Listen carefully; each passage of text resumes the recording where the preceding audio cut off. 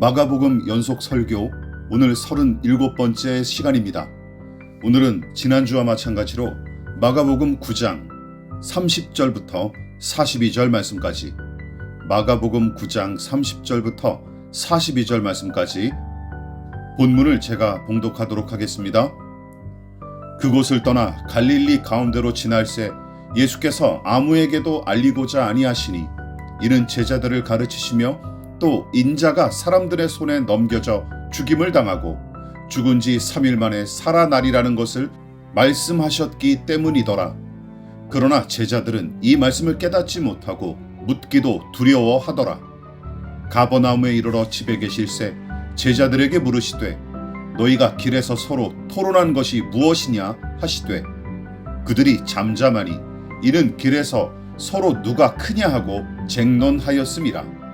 예수께서 앉으사 12 제자를 불러서 이르시되, 누구든지 첫째가 되고자 하면 무사람의 끝이 되며 무사람을 섬기는 자가 되어야 하리라 하시고, 어린아이 하나를 데려다가 그들 가운데 세우시고 안으시며 제자들에게 이르시되, 누구든지 내 이름으로 이런 어린아이 하나를 영접하면 곧 나를 영접함이요, 누구든지 나를 영접하면 나를 영접함이 아니요 나를 보내신 이를 영접함이니라. 요한이 예수께 여짜오되, 선생님, 우리를 따르지 않는 어떤 자가 주의 이름으로 귀신을 내쫓는 것을 우리가 보고 우리를 따르지 아니함으로 금하였나이다. 예수께서 이르시되, 금하지 말라. 내 이름을 의탁하여 능한 일을 행하고 즉시로 나를 비방할 자가 없느니라. 우리를 반대하지 않는 자는 우리를 위하는 자니라. 누구든지 너희가 그리스도에게 속한 자라 하여 물 한 그릇이라도 주면 내가 진실로 너희에게 이르노니 그가 결코 상을 잃지 않으리라. 또 누구든지 나를 믿는 이 작은 자들 중 하나라도 실족하게 하면 차라리 연자 맷돌이 그 목에 매어 바다에 던져지는 것이 나으리라. 오늘은 마가복음 연속 설교 37번째 시간으로 더 넓은 품으로 라는 제목으로 함께 말씀의 은혜를 나누도록 하겠습니다. 이 복음서의 저자인 마가는 예수님의 고난과 죽음을 대전제로 삼아 제자의 도리에 관한 내용을 반복하여 강조하고 있죠. 9장 본문도 마찬가지입니다. 제자들끼리 서로 다툰 이야기와 귀신을 쫓아낸 사람을 금지한 이야기 역시 예수님의 고난과 죽음이라는 맥락을 통해서 바라볼 때 그 의미가 더욱 명확해지죠. 다시 말해, 마가는 예수님의 고난과 죽음에 관한 말씀을 가장 중요하게 여겼고, 더불어 그 말씀을 통해 다른 사건들을 바라보게끔 의도한 게 틀림없습니다. 자, 그렇다면 제자들끼리 서로 다툰 일과 귀신을 쫓아낸 사람을 배척한 일은 예수님의 죽음과 부활에 관한 메시지와 어떤 연관이 있었을까요? 지난 설교를 통해 우리는 예수께서 찬란한 영광과 권능으로 충만했던 산 꼭대기에 머물러 계시지 않고 오히려 귀신 들린 아이와 방황하는 무리가 있는 산 아래로 향하신 사실을 주목했는데, 그것은 산 밑에서 일어나는 일들을 더 중요하게 생각하신 예수님의 본심을 아주 분명하게 보여줍니다. 그리고 거기서 더 나아가 당신의 죽음과 부활에 관해 예고하신 말씀은 가장 낮고 천한 십자가의 자리가 내가 걸어가고 최종적으로 서 있어야 할 자리다 하는 선포인 셈이죠. 믿음의 기도에 관한 내용도 마찬가지였습니다. 믿음과 기도는 모두 자기 부정과 낮아짐을 전제하죠. 여러분, 믿음이란 무엇입니까? 다시 한번 언급하다시피 자신의 무능함과 부패함을 알고 하나님의 은혜와 능력을 의지하는 것이죠. 그래서 자기를 부인하고 하나님만 의지하는 것, 자신을 낮추고 하나님을 높이는 것이 바로 믿음입니다. 그리고 그 믿음을 바탕으로 아뢰는 행위가 바로 믿음의 기도인 까닭에 예수의 제자이자 참된 신자는 겸손과 섬김으로 나타나고 증명되기 마련입니다. 그러나 오늘날 그리스도인들은 산 꼭대기에 머물러 영광과 권능만 원하고 산 밑으로 절대로 내려가지 않으려는 제자들과 별반 다르지 않죠. 다시 말해, 변화산의 영광과 능력과 찬란함만 바랄 뿐 예수님을 따라 산 밑으로 내려가 가난하고 낮은 사람들과 함께하기는커녕 자기를 부인하고 자기 십자가를 짊어진 적도 없는 신자들만 교회 안에 가득할 따름입니다. 그러므로 교회와 신자의 목표는 변화산의 산 꼭대기가 아닙니다. 오히려 산 아래를 향하는 사람이 가장 예수를 닮은 사람이죠. 또한 어린아이를 안아주셨던 예수님처럼 낮은 곳에서 낮은 자들을 끌어안을 수 있는 신자와 교회가 하나님의 마음에 합한 신자이자 믿음의 올바른 공동체임을 명심하십시다. 그러나 본문의 이 이야기는 한 번의 설교로 다 다룰 수 없을 만큼 풍성한 내용을 담고 있는 까닭에 오늘은 요한을 비롯한 제자들이 예수의 이름으로 귀신을 쫓아낸 사람을 배척한 일에 관해 중점적으로 살펴보고 은혜를 나눠보기로 하십시다. 그렇다면 요한을 비롯한 제자들이 예수께 자랑 삼아 아뢰는 일은 무엇입니까? 이 이야기 직전의 제자들은 누가 더 크냐, 누가 더 잘났는가 하고 다퉜는데 예수님은 제자들을 직접적으로 꾸짖는 대신에 작은 아이를 하나 데려와 안아주시고는 누구든지 내 이름으로 이런 어린이들 가운데 하나를 영접하면 나를 영접하는 것이요, 누구든지 나를 영접하면 나를 영접하는 것보다 나를 보내신 분을 영접하는 것이다 하시며 영적인 원리를 가르치심과 동시에 제자들의 어리석음과 경박함을 간접적으로 비판하셨던 게 아닙니까? 제자들은 변화산의 신비한 일을 체험한 직후부터 내내 헛발질만 일삼으면서 꾸중을 들었던 탓에 그나마 제자들 가운데서도 머리 회전이 빨랐던 요한은 분위기를 전환하기 위한 의도로 선생님, 어떤 사람이 선생님의 이름으로 마귀를 쫓아내는 것을 보았는데 그는 우리와 함께 다니는 사람이 아니었습니다. 그래서 그런 일을 못하게 막았습니다 하고 보고했었어요. 그런데 아마도 요한을 위시한 제자들은 그 조치를 예수님이 기뻐하고 자랑스러워 하시겠지 하며 생각했던 것 같습니다. 다시 말해 제자들은 이 일을 행한 사람은 우리처럼 예수께서 친히 제자로 삼은 사람이 아닐 뿐더러 심지어 우리와 함께 예수님을 따라다닌 적도 없는 사람이기에 그가 다시는 같은 일을 반복하지 않게끔 엄중히 경고하며 조치했습니다 하고 말한 셈입니다. 자, 그러니까 제자들은 예수님의 이름으로 귀신을 내쫓은 그 사람의 행위를 표절이나 도용으로 간주했고 더불어 그 일은 자기들한테만 주어진 특별한 권리인 것처럼 생각했던 것 같아요. 여러분, 표절은 남의 작품이나 결과물을 몰래 따다가 자기 것인 것처럼 발표하고 그로 인해 물질과 명예를 얻는 행위를 가리키죠. 또한 도용도 마찬가지입니다. 남의 것을 몰래 훔쳐 쓰는 무단 행위를 가리키는 말로서 앞서 언급한 표절이 윤리적, 학문적 부정행위에 해당한다면 도용은 저작권 침해 등과 밀접하게 연관되어 법적 처벌까지 가능한 행위죠. 자, 어쨌든 저작권이 존재하는 유명 상표를 도용하여 이득을 올리는 짝퉁 상품처럼 요한을 비롯한 제자들은 그 사람의 귀신 쫓는 행위를 표절이나 도용으로 간주하여 단호하게 중지시켰고 더불어 연이은 꾸중과 비판에 위축됐던 분위기를 전환시키기 위해 자기들 딴에는 적절히 조치한 거로 자부할 만한 일을 예수님께 말씀드렸던 게 틀림없어요. 그러나 이번에도 제자들의 계산은 보기 좋게 빗나가고 도리어 그들의 어리석음만 재차 드러났을 따름이죠. 그렇다면 예수님은 이 일을 어떻게 평가하셨습니까? 본문은 다음과 같이 기록했습니다. 말리지 마라. 내 이름으로 기적을 행한 사람이 그 자리에서 나를 욕하지는 못할 것이다. 우리를 반대하지 않는 사람은 우리를 지지하는 사람이다. 나는 분명히 말한다. 너희가 그리스도의 사람이라고 하여 너희에게 물 한 잔이라도 주는 사람은 반드시 자신의 상을 얻을 것이다. 여러분, 이 말씀은 무엇을 의미합니까? 또한 9장 전체를 관통하는 주제인 예수님의 고난과 죽음이 이 말씀과는 어떤 연관이 있을까요? 여러분, 당시에 누구나 예수님을 존경하고 좋아했던 것은 아닙니다. 바리새인들과 서기관들 같은 종교 지도자들은 예수님의 존재 자체를 혐오했는데 오죽하면 예수께서 가시는 곳마다 쫓아다니면서 사사건건 시비를 걸고 감시했겠습니까? 종교인들만이 아니었어요. 헤롯을 비롯한 정치 지도자들한테도 예수님은 환영받지 못했습니다.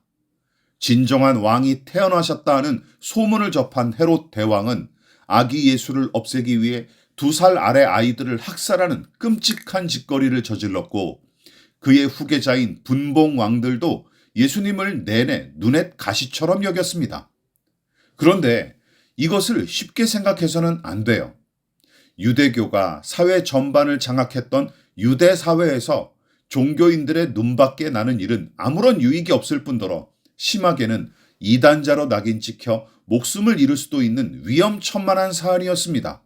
게다가 왕과 정치 지도자들한테도 미운털이 단단히 박혔던 탓에 인자는 머리 둘 곳이 없다 하신 말씀은 예수께서 단지 당신의 가난한 처지만 한탄하시며 내뱉으신 고백 정도가 아니라 종교인들과 정치인들로부터 불순분자로 취급당했던 까닭에 안정적인 삶을 도무지 꿈꿀 수 없는 당신의 신세를 토로하신 고백으로 봐도 무방할 것입니다. 그러므로 당시에 누군가가 예수의 이름을 걸고 말하거나 행동한다면 그 즉시 예수님 못지않은 조롱과 위협을 받을 수밖에 없었어요. 한번 생각해 보십시오. 대한민국 국민 중에 북한 김정은의 이름으로 당신을 돕고 싶습니다 하는 제안을 받는다면 길게 생각할 필요도 없이 단칼에 거절할 사람들이 대부분일 것입니다. 이처럼 사전에서는 이름을 걸다 하는 말을 크게 3가지 정도의 용법으로 소개하고 있는데 먼저 이름을 건다 하는 말은 어떤 모임의 구성원으로 등록하다 하는 뜻으로서 대개 무엇에 이름을 걸다의 형태로 주로 쓰이는데 특정한 단체나 집단에 소속한 상태를 가리키는 말로 사용하죠. 또한 그에 못지않게 자주 쓰는 의미가 어떤 개인이나 집단의 명예를 해치지 않을 결심으로 나서다 하는 것으로서 대개는 아버지의 이름으로 조국의 명예를 걸고 하는 식으로 많이 사용되죠. 마지막으로 이름을 건다 하는 말은 어떤 개인이나 집단의 명성을 힘입어 행동한다 하는 의미도 포함합니다. 따라서 무슨 일을 할 때마다 예수의 이름을 걸고 한다 하는 말은 먼저 예수님과 그분을 따르는 무리에 속했다는 뜻과 함께 예수님의 명예를 지키겠다는 의지를 표명하는 뜻도 들어있을 뿐만 아니라 마지막으로는 예수님의 명성과 권세를 등에 업고 이 일을 감당한다는 뜻도 포함합니다. 그러므로 제자들은 예수의 이름으로 귀신을 쫓는 사람이 그들과 함께 다니기를 거절했다는 이유 하나만으로, 다시 말해 자기들처럼 물리적으로 가까운 거리에서 예수님을 따르지 않았다는 이유 하나만으로 그 사람에게 당신은 예수의 이름을 사용할 권리가 없다. 그러므로 다시는 이와 같은 일을 하지 마라 하며 으름장을 놨던 것이죠. 그리고 자기들이 조치한 일을 만족스럽게 여겼던 까닭에 제자들은 자랑 삼아 예수님께 아뢰고 그에 대한 칭찬을 기대했건만 예수님의 대답과 반응은 그들의 기대와 사뭇 달랐던 것입니다. 예수님의 대답은 단순하고 간단했습니다. 당신의 이름으로 귀신을 쫓아내는 일 자체를 금지할 이유가 하나도 없다 하며 평가하셨고 거기서 더 나아가 제자들의 잘못된 생각을 교정하시기에 이르죠. 39절을 다시 살펴보십시다. 예수께서 이르시되 금하지 말라. 내 이름을 의탁하여 능한 일을 행하고 즉시로 나를 비방할 자가 없느니라. 공동 번역은 이 구절을 말리지 마라. 내 이름으로 기적을 행한 사람이 그 자리에서 나를 욕하지는 못할 것이다 하고 번역했습니다. 말씀하신 그대로입니다. 내 이름으로 귀신을 쫓아내는 사람이 당장 나를 손가락질할 수 없다 하는 뜻이죠. 왜냐하면 그가 예수의 이름을 걸고 귀신을 내쫓았기 때문입니다. 앞서 무엇의 이름을 걸다 하는 말의 의미가 무엇인지 설명한 내용을 떠올려 보십시오. 어떤 대상의 이름을 걸고 움직였다는 말은 먼저는 그 이름의 주인에게 소속됐다, 속했다 하는 뜻이고, 또 다른 하나는 그 이름값에 걸맞게 누가 되지 않을 만큼 책임을 지겠다는 의미와 함께 마지막으로 그 이름에 담긴 권위와 능력을 의지하여 움직인다는 뜻을 반드시 포함하기 때문입니다. 그런데 제자들은 예수의 이름으로 귀신을 쫓은 사람이 자기들과 똑같은 모양으로 이 무리에 속해야 한다는 사실에만 집착했죠. 즉, 예수님을 따라다닌 적도 없는 사람이 그분의 이름을 걸고 무엇을 시행한다는 것 자체가 제자들 딴에는 일종의 월권 행위이자 명의를 도용한 짓으로 바라봤던 탓에 예민하게 반응하면서 으름장을 놨던 게 틀림없습니다. 그러나 예수님은 제자들의 이 편견과 오만한 생각을 꿰뚫어 보시고 거기에 제동을 거셨죠. 다만 그가 당신의 이름을 의지하여 일한 사실만 주목하셨을 뿐입니다. 재차 언급하지만 당시에는 누구라도 예수의 이름을 걸고 무슨 일을 감행했다면 당연히 이 사람은 예수와 연관된 사람이겠구나 하고 생각하기 마련입니다. 즉, 그 사람의 소속과 책임과 의지할 바가 예수임을 나타내는 것입니다. 문제는 예수의 이름을 내세우는 일 자체가 유대 사회에서는 전혀 득될 게 없을 뿐더러 오히려 생계와 생존의 위협도 무릅써야 하는 일이었던 것이죠. 하지만 제자들은 그 사실을 전혀 염두에 두지 않은 채 자기들이 원하는 방식과 모양새를 따르지 않은 그 사실 하나만으로 그를 비난하고 배척했으며 심지어 우리 편이 아니다 하고 섣부르게 결론을 내버렸던 것입니다. 그러나 예수님의 평가는 전혀 달랐죠. 우리를 반대하지 않는 자는 우리를 위하는 자니라. 무슨 뜻입니까?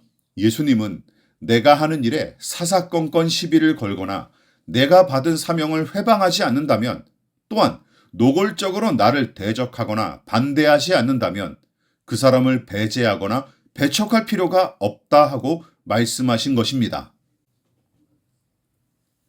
이쯤에서 줄다리기 시합을 한번 떠올려 보십시오. 밧줄을 붙잡고 씨름하는 선수만 같은 편이 아닙니다. 기운을 북돋기 위해 깃발을 휘날리고 응원의 함성을 지르는 사람, 간식과 필요한 물품을 챙겨주는 사람도 다 같은 편이죠. 예수님은 어린아이와의 이야기를 통해서는 제자들을 향해 지극히 작은 자를 섬기기 위해 더 낮은 곳으로 가라 하며 교훈하셨고, 오늘 이 교훈을 통해서는 더 폭넓은 생각과 마음으로 작은 자들을 더 많이 끌어안아라 하고 말씀하신 셈입니다. 그러나 제자들은 저 스스로 만든 틀에 그 사람을 우겨 넣었고 그 틀에 들어맞지 않는다는 이유로 배척했을 따름이죠. 즉, 예수께서 정해놓지도 않은 원칙과 잣대를 자기들 멋대로 들이대서 사람을 함부로 판단해 버렸으니 이 얼마나 오만방자한 짓거리입니까? 그래서 우리는 작금의 기독교계의 현실을 개탄하지 않을 수가 없어요. 생각해 보십시오. 성경의 핵심적인 교리와 복음의 정신을 정면으로 부정할 뿐만 아니라 교주를 비롯한 특정 부류의 이득을 위해 운영되는 이단과 사이비는 정확하게 분별하고 엄중하게 경계해야 마땅합니다. 또한 비성경적인 가르침으로 신자들을 착취하고 하나님의 영광을 가리는 종교 집단들도 마찬가지죠. 그러나 그 이외의 소소한 차이를 트집잡아 손가락질을 일삼고 심지어 이단 취급하며 악마화하는 일도 서슴치 않는 교계의 현실을 보십시오. 즉, 내가 속한 교단과 교리가 정답이고 우리의 방식이 하나님께서 기뻐하시는 유일한 방식이다 하고 우기지만 다른 교단과 교리는 불량식품처럼 취급하며 정죄하기 일쑤죠. 교단과 교리 같은 거대한 차이만이 아닙니다. 개인 간의 문제도 제자들의 행태가 고스란히 재현됩니다.